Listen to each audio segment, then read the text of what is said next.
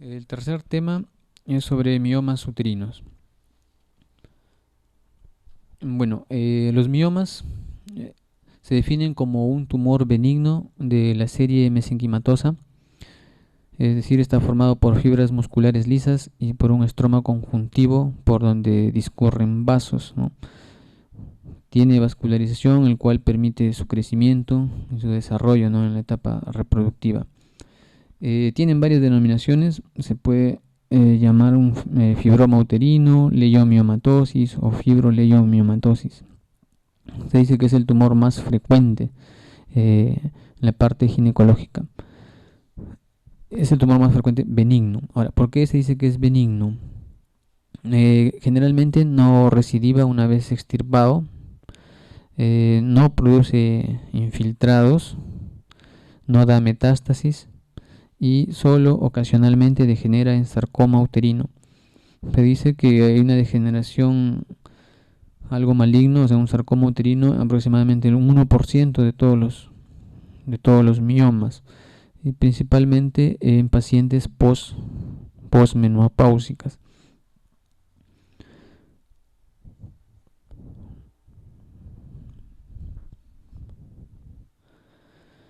En cuanto a su frecuencia, se estima que un 20% de todas las mujeres que pasan de los 35 años de edad presentan miomas. La mayoría son asintomáticos. Se observa con más frecuencia entre los 35 y los 40 años de edad. Entonces, en pacientes jóvenes de 20 a 25 es un poco más raro, ¿no? Es menos frecuente.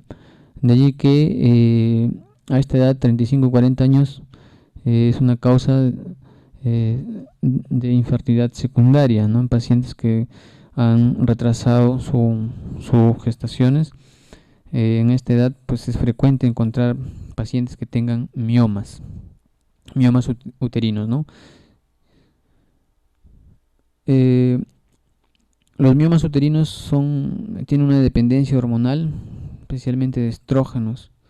De allí que cuando la paciente alcanza la etapa de la menopausia, van a disminuir de tamaño estos miomas, ¿no? Se dice que no desaparecen.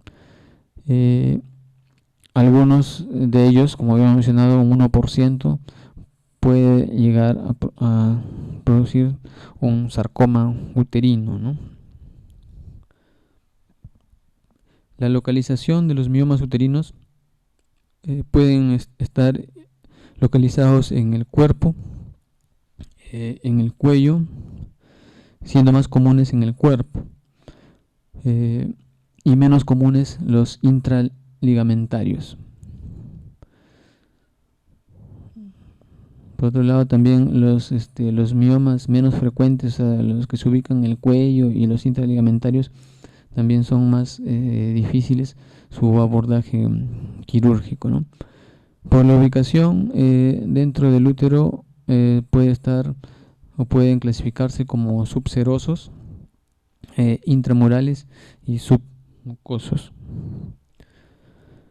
Esta imagen nos muestra los miomas. Este es un mioma subseroso, ¿no? Subseroso y pediculado. Está por fuera del útero, cubierto por peritoneo. Estos son miomas de diverso tamaño que están en la pared uterina, intramurales. El de acá es un mioma que está naciendo del borde externo del útero, pero está cubierto por los ligamentos anchos, es un intraligamentario. Este mioma está brotando, apareciendo a nivel cervical. Los miomas cervicales, depende del tamaño, pueden en la parte obstétrica pueden actuar dificultando el parto, ¿no? Y los miomas intramurales, cuando son muy grandes, también tienen efectos sobre el embarazo, sobre el desarrollo del feto, sobre la inserción de la placenta. Algunos miomas salen o tienen mayor área hacia la parte hacia la cavidad endometrial, entonces son los miomas submucosos, que pueden ser algunos pediculados, ¿no? Algunos de estos miomas, pues el pedículo comienza a elongarse y pueden protruir por el canal cervical y exteriorizarse. Son los miomas abortados.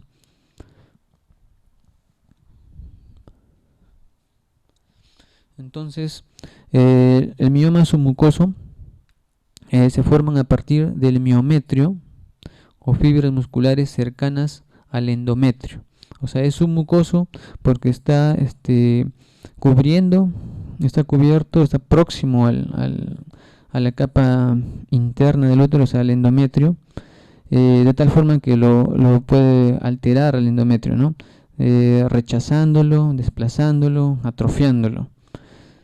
Se dice que los miomas submucosos son los que principalmente dan síntomas, ¿no? Felizmente son menos frecuentes que los intramurales. El crecimiento del mioma submucoso va a alterar la cavidad endometrial. Entonces, si altera la cavidad endometrial, va a tener efecto sobre la implantación. Algunos pueden ser causa de abortos recurrentes, ¿no? En ocasiones son pedunculados debido al alargamiento progresivo y estos pueden necrosarse, ¿no? Este pedúnculo, y pueden ser expulsados a través del cérvix. Al ser expulsado, prácticamente se elimina el mioma y se cura, por decir así, de este tipo de mioma. Esta imagen en la parte superior es cómo se ve en la ecografía, ¿no? Un mioma en la parte que ocupa la cavidad endometrial, ¿no? Tiene un aspecto, se dice, isoecogénico, o sea, la parte ecográfica tiene el mismo aspecto que el músculo del miometrial. Por acá se ve una línea blanca hiperecogénica, que es el endometrio, que en cierta forma está desplazado o rechazado, ¿no? Por este mioma submucoso. Eso es una imagen ecográfica. Esta imagen de acá nos presenta también miomas submucosos, pero observados por histeroscopía, ¿no? Entonces acá, por ejemplo, está en la cara anterior del útero, ¿no? Sobresale a la cavidad endometrial y la deforma, ¿no? Esa es la característica de un mioma submucoso. Ahora, los miomas intramurales son los que se encuentran en la pared del útero, ¿no? O sea, en el espesor del miometrio. Pueden cambiar de posición de acuerdo a cómo vayan desarrollando a dónde su tendencia a desarrollarse, ¿no? A la parte submucosa o a la parte subserosa. Son los más frecuentes, los miomas intramurales. Son los que permiten en la parte quirúrgica el abordaje puede ser, ¿no? Una cirugía abierta, también se puede hacer por la laparoscopía, ¿no? Su abordaje quirúrgico. Estos miomas son los que en cierta forma tienen gran desarrollo y dan la alteración al útero al evaluarlo, ¿no? A la evaluación clínica. Le da un aspecto irregular a la superficie. Al momento de hacer el tacto bimanual se palpa la consistencia firme, ¿no? del útero. Entonces esos criterios, irregularidad, consistencia firme, aumento de tamaño, clínicamente permiten hacer el diagnóstico de un mioma intramural. Este es un mioma intramural, ¿no? Que ha hecho que aumente el tamaño el útero. Los miomas subserosos nacen de fibras musculares existentes debajo del peritoneo visceral, ¿no? Entonces acá vemos en esta imagen la ecografía el cuerpo uterino, el endometrio está área hiperecogénica y una imagen isoecogénica redondeada, ¿no? Que es un mioma que está prácticamente por fuera, ¿no? del cuerpo uterino. Entonces eso así ecográficamente se puede definir como un mioma subseroso. Ahora, en ocasiones puede puede tener un pedículo, ¿no? Se pueden desprender y se pueden implantar en otro órgano, ¿no? Esos son los denominados miomas parasitados. Esta es una imagen por vía laparoscópica. Acá está el cuerpo uterino, las trompas uterinas y en la parte posterior está este mioma subseroso, ¿no?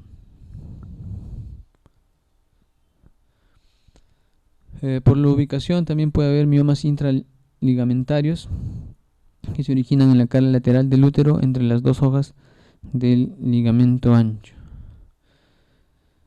En cuanto a la etiología de los miomas uterinos, no se conoce su origen. Sin embargo, hay algunos factores predisponentes, ¿no? que se pueden identificar, como la herencia, el metabolismo estrogénico, se relaciona también con síndrome de ovarios poliquísticos, con hiperplasia del endometrio y también por sus consecuencias producen problemas de esterilidad, ¿no? con gran frecuencia. Los miomas uterinos pueden estar mucho tiempo en la mujer durante su ciclo de edad reproductiva y no pueden algunos producir molestias. Sin embargo, por el tiempo en el que son expuestos y por otros factores pueden sufrir un proceso de degeneración, ¿no? Sufren diversos tipos de degeneración. Una de las degeneraciones más frecuentes es la degeneración hialina, ¿no? Que puede afectar todo el mioma o solo una parte. Y esta degeneración, una de las características es que puede producir una especie de quiste, ¿no? dentro del mioma, o sea, un acúmulo de líquido. Ecográficamente se ve así como una imagen anecogénica, ¿no? redondeada.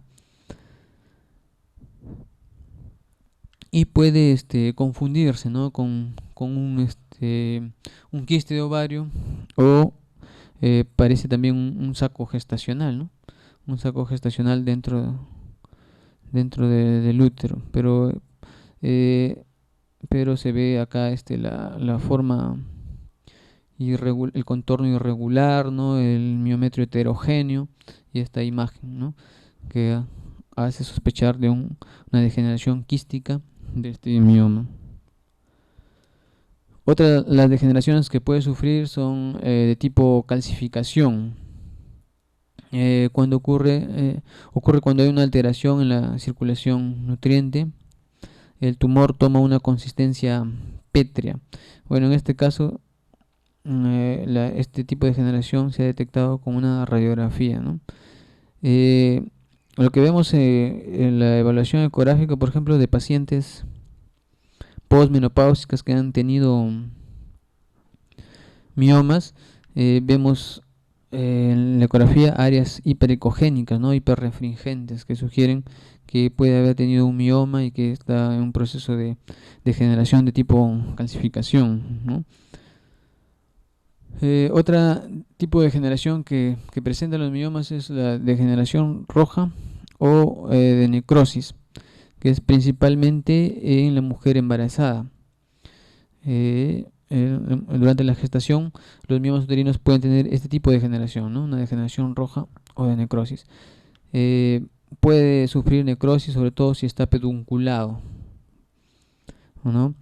Porque a través del pedúnculo va a recibir los vasos nutricios para este tumor, ¿no? Debido a que una torsión puede comprometer la circulación nutriente de este tumor, ¿no? Acá, por ejemplo, se ve el endometrio, el mioma en la cara posterior, heterogéneo, regular, ¿no? con áreas anecogénicas y con áreas hiperecogénicas, hiperrefringentes, que sugieren que este mioma está en un proceso de degeneración roja, ¿no? Son causas de dolor, producen dolor esta degeneración. Como habíamos mencionado, es uno de los principales tipos de degeneración que ocurre en las pacientes embarazadas, ¿no? Que tienen miomas. Y otro tipo de degeneración es una degeneración maligna o sarcomatosa, ¿no? Es más rara, se debe sospechar en pacientes en los cuales hay un crecimiento rápido o brusco de la tumoración, ¿no? Y sobre todo en pacientes posmenopáusicas. Muchos pacientes no tienen síntomas y se dan cuenta que ha aparecido una tumoración en cuestión de meses, ha desarrollado y se manifiesta en un inicio con ginecorragia, ¿no? Con ginecorragia, y al examen pues se encuentra un aumento marcado del útero. El sarcoma del útero puede originarse de cualquiera de los elementos de tejido conectivo que forma al órgano, ya sea del miometrio, que sería un leiomiosarcoma, o un sarcoma del endometrio o adenocarcinoma, en linfosarcoma debido a los vasos linfáticos.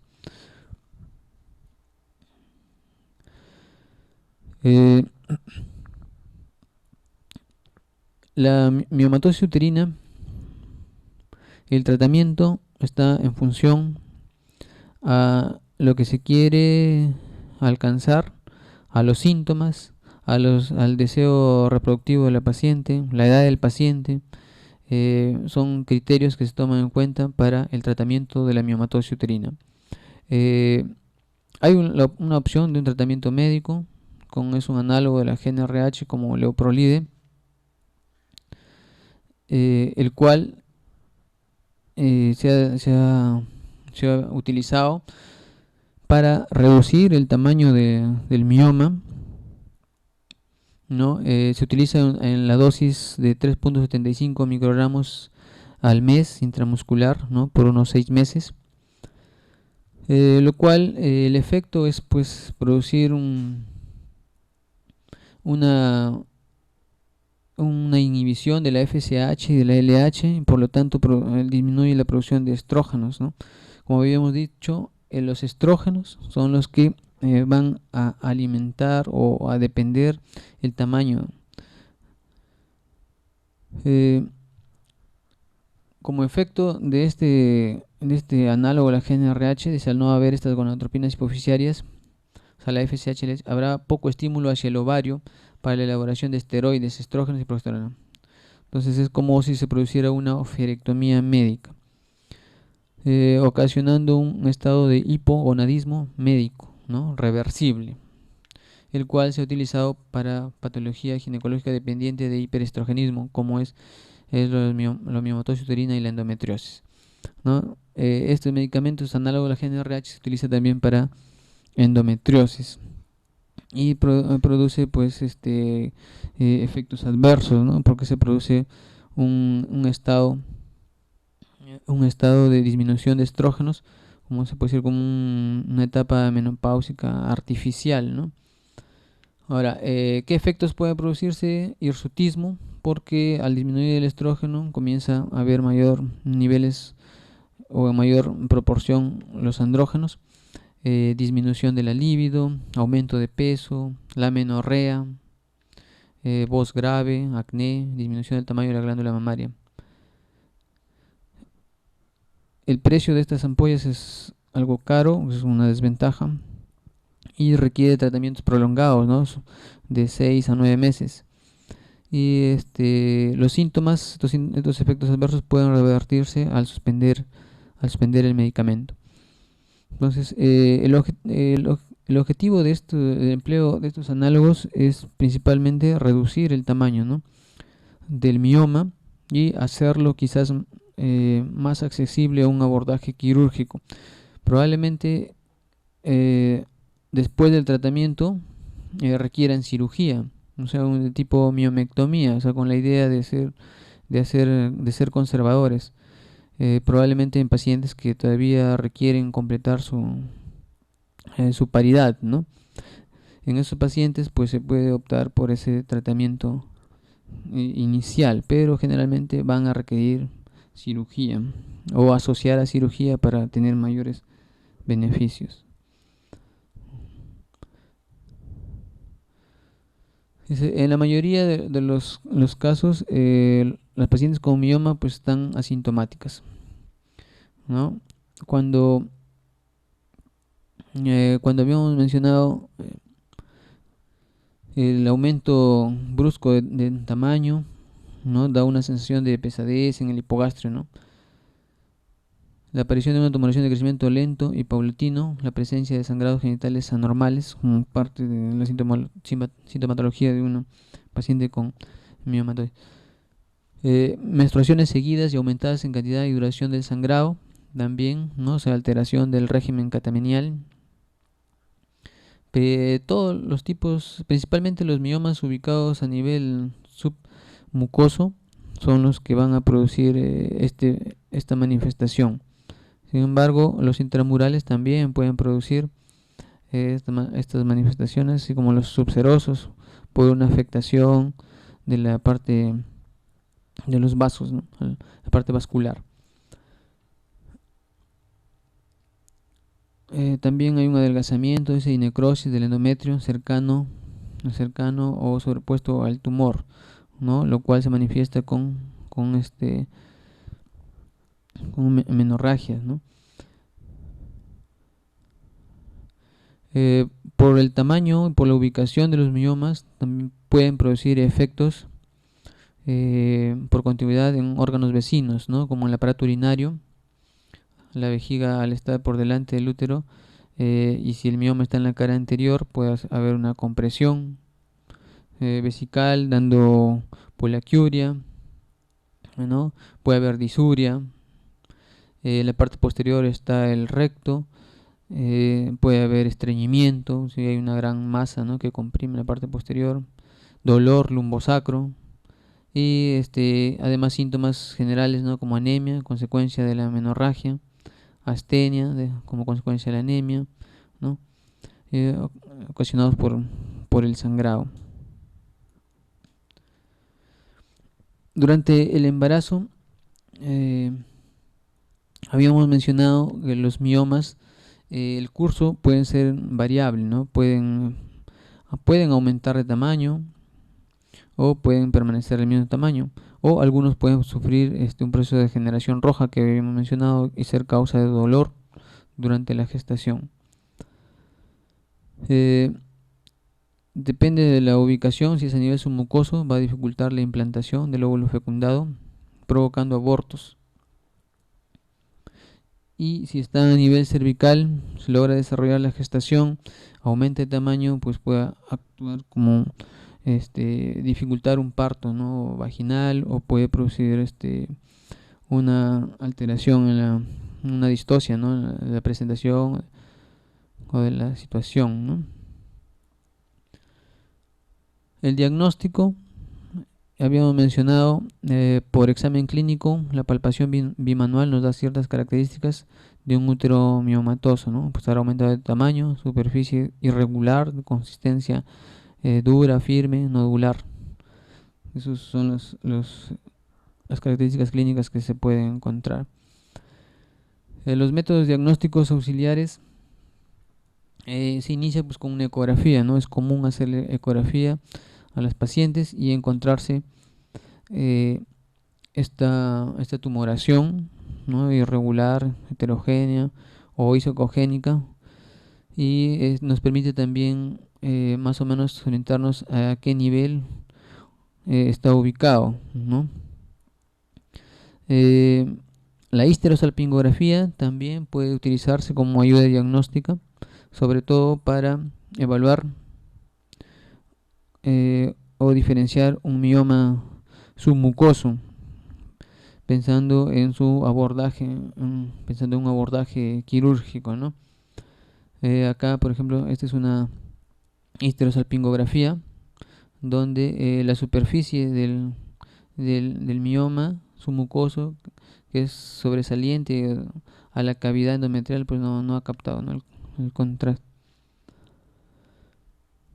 Otras ayudas diagnósticas o alternativas diagnósticas tenemos la sonohisterografía, en la cual se produce a través de una sonda, se ingresa solución salina a la cavidad endometrial que nos permite dibujar o separar la capa anterior a la capa posterior del útero y nos permite visualizar si es que a ese nivel hay alguna irregularidad, ¿no? También permite diferenciar o ayudaría a diferenciar un mioma submucoso de un pólipo endometrial.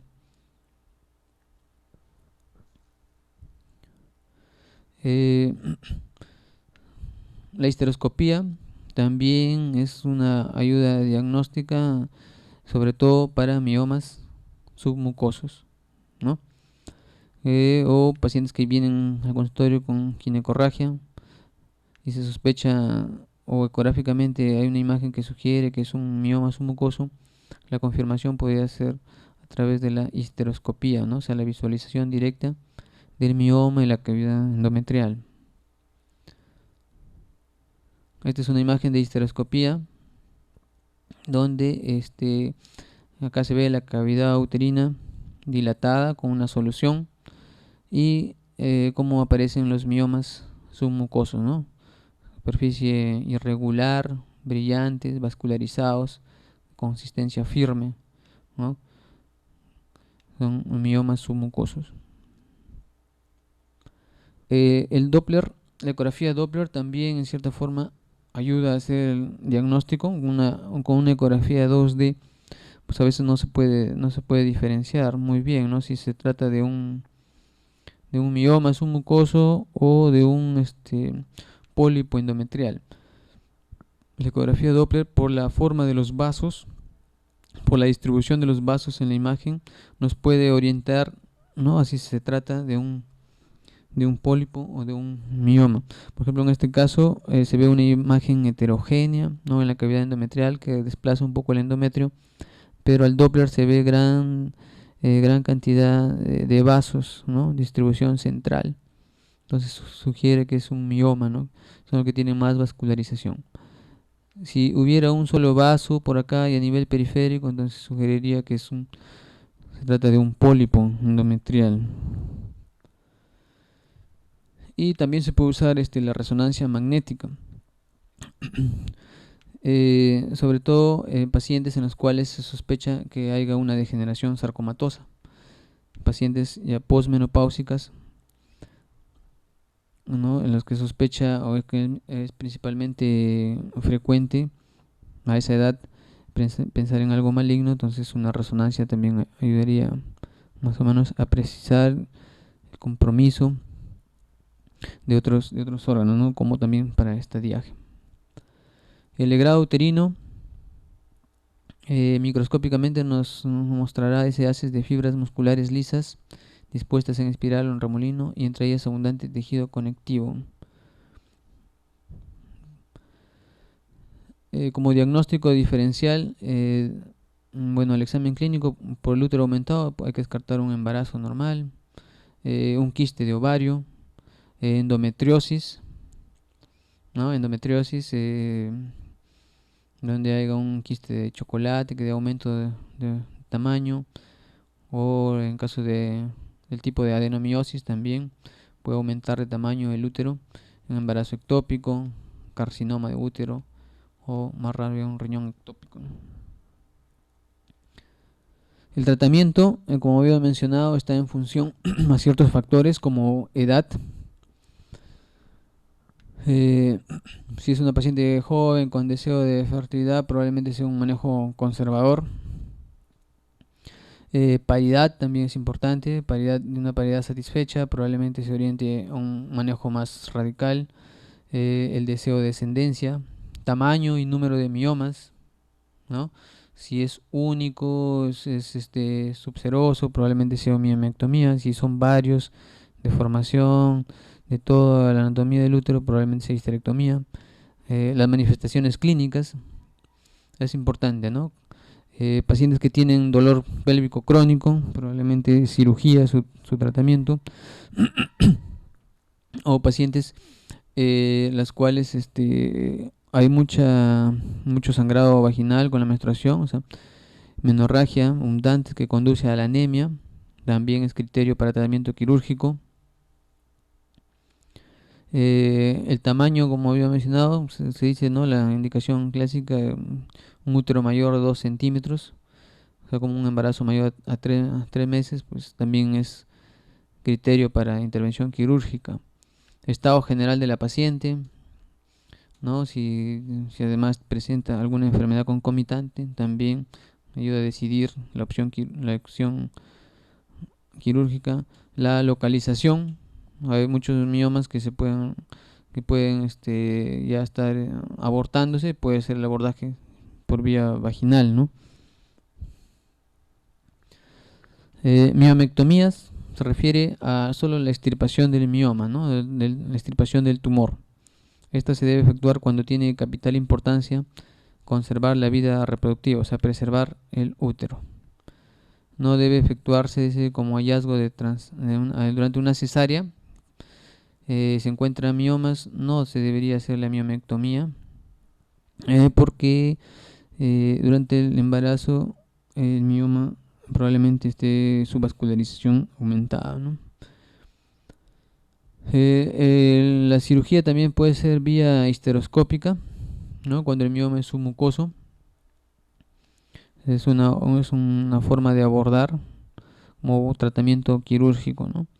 Tiene ventajas, eh, menos menos morbilidad para el paciente, menos tiempo operatorio, ¿no? Menos tiempo de hospitalización. La miomectomía por vía vaginal en los casos en los cuales ya ha salido, ¿no? Por el óseo o es visible, se puede intentar una miomectomía vía vaginal. Y cuando son múltiples de gran tamaño, el paciente ya ha cumplido su paridad, pues se prefiere la histerectomía. Bueno, en la bibliografía también menciona otras alternativas como la embolización de la arteria uterina, ¿no? En la cual se cateteriza la arteria femoral, se llega hasta las uterinas y se introduce unas partículas de alcohol isopropílico, ¿no? Para producir la embolización. En algunos casos menciona también radioterapia, ¿no? Limitada a pacientes con alto riesgo quirúrgico con pequeños miomas, ¿no? Provocando una menopausia precoz y remisión de los síntomas por efecto de la radioterapia. Bueno, ese es el término de la exposición de miomas uterinos.